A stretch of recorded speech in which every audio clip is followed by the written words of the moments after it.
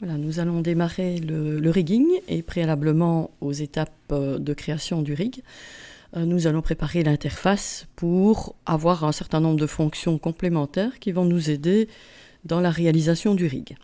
Donc pour cela, on va intégrer de nouveaux scripts dans Maya, donc des nouvelles fonctions. Et vous pouvez trouver ces fonctions en téléchargement dans les commentaires. Donc les deux fonctions que nous allons installer, c'est Joint Orient, ici, qui va nous permettre d'orienter les joints. On verra comment ça fonctionne. Vous pouvez ouvrir le fichier texte qui est avec le dossier zipé. Voilà, et vous avez l'ensemble des consignes pour installer le nouveau script.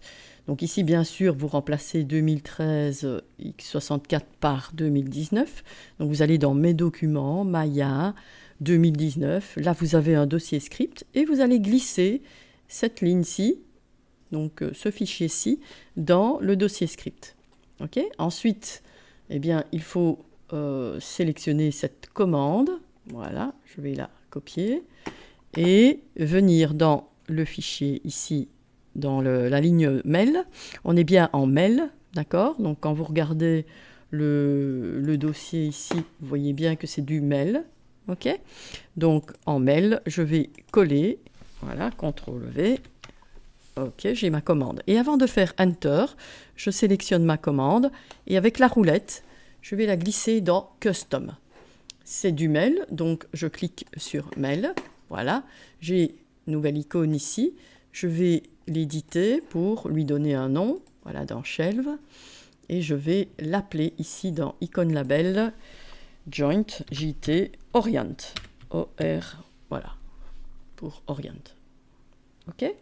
Je fais Enter.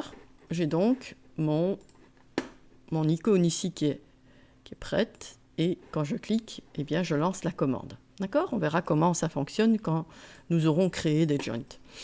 Deuxième fonction que nous allons utiliser, c'est le Rigbox Reborn Curve Tool.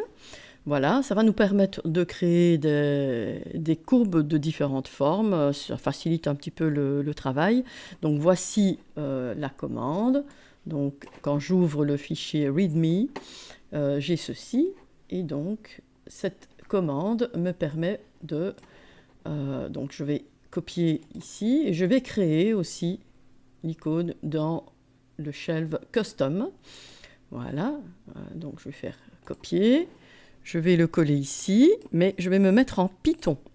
Pourquoi? Parce que quand vous regardez dans le dossier, vous voyez, ce sont des PY.